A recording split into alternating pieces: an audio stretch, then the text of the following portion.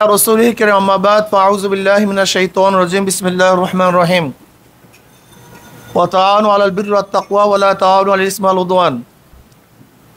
দেখেন, আজকে আমরা সিলেট পাথর উত্তোলন সমিতি নিয়ে এখানে বসছি। কেন? 2019 সনে আওয়ামী লীগ ফ্যাসিস্ট সরকার ভারতের একটা এজেন্ডা বাস্তবায়ন করছে যে বাংলাদেশ থেকে পাথর তোলা যাবে না। আমরা মনে করি পরিবেশের নামে আজকে পাথর উত্তোলনের বন্ধ যে করছে, এটা আসলে পরিবেশ কিছু না। এগুলোর মূল হলো ভারতকে খুশি করা এবং আমাদের মুদ্রা বিদেশে পাচার করা।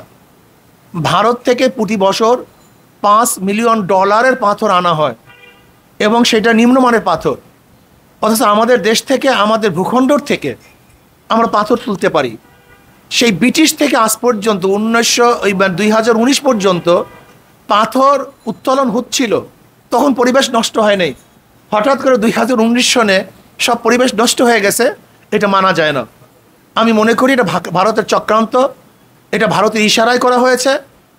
তারা যেন তাদের নিম্নমানের পাথর আমাদের দেশে বিক্রি করতে পারে, এর জন্য আমাদের পাথর তুলতে বাধা দিয়ে মাত্র তাদের ভিতর থেকে পাহাড় কেটে আমাদের দেশে পাথর তারা এক্সপোর্ট করতেছে, অথচ তাদের পাথরের পাহাড় কাটলে পরিবেশ নষ্ট হয় না, আর আমাদের নদীর থেকে পাথর তুলে পরিবেশ নষ্ট হবে কেন?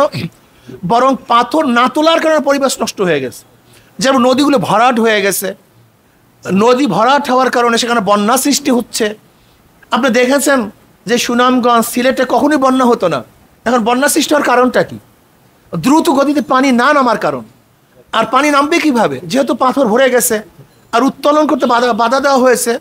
আমি মনে করি আমাদের দেশকে ডুবে মারার একটা চক্রান্ত চলতেছে। এটা শুধু পাথর উত্তোলন নিষেধ নয়, বরং প্রতি বছর যেন আমাদের দেশের মানুষ পানিতে ডুবে মরতে পারে তারও একটা ব্যবস্থা করা হয়েছে। কাজে এর থেকে আমরা পরিত্রাণ চাই। কোনো অবস্থাতেই পরিবেশের দোহাই দিয়ে আমাদের সম্পত্তিকে যারা বাধা দিবে এবং যারা আমাদেরকে ডুবিয়ে এবং চুবিয়ে মারার চেষ্টা করবে, এটা আমরা কোনো অবস্থাতে মানতে পারি না। আমি অন্তর্বর্তী সরকারকে বলবো, আপনি অচিরেই পাথর তোলার অনুমতি প্রদান করুন। আর যদি আপনি অনুমতি প্রদান না করেন তাহলে আমি মনে করব আপনিও ভারতের চাপে নতি স্বীকার করেছেন। যেহেতু এটা ভারত আমাদেরকে এই আইন করতে বাধ্য করেছে, এটা দেশীয় কোনো আইন হতে পারে না। দেশের লস করে, দেশের ধ্বংস করে, দেশকে ডুবিয়ে পরিবেশের দোহাই দিয়ে আজকে পাথর উত্তোলন বন্ধ করার আইন, এটা বাংলাদেশের স্বার্থে হতে পারে না, বরং এটা ভারতের স্বার্থেই হতে পারে। এর জন্য আমি আমার যে সমস্ত ভাইয়েরা আছেন, আসুন আমরা সম্মিলিতভাবে আমাদের দেশীয় সম্পদ রক্ষা করার জন্য আমরা ইনশাআল্লাহ কাজ করব, কাঁধে কাঁধ মিলিয়ে কাজ করব। যদি আমরা কাঁধে কাঁধ মিলিয়ে কাজ করতে পারি তাহলে আমাদের দেশীয় সম্পদ রক্ষা হবে, পরিবেশ সুন্দর হবে এবং প্রতি বছর 5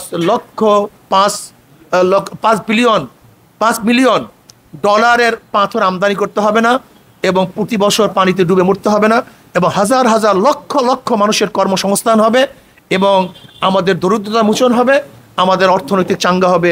কাজে আল্লাহ আমাদের সবাইকে একই সাথে এই কাজগুলি করার তৌফিক দান করেন। আপনারা সবাই ভালো থাকবেন, আপনাদের সাথে আসি। আসসালামু আলাইকুম ওয়া রাহমাতুল্লাহ।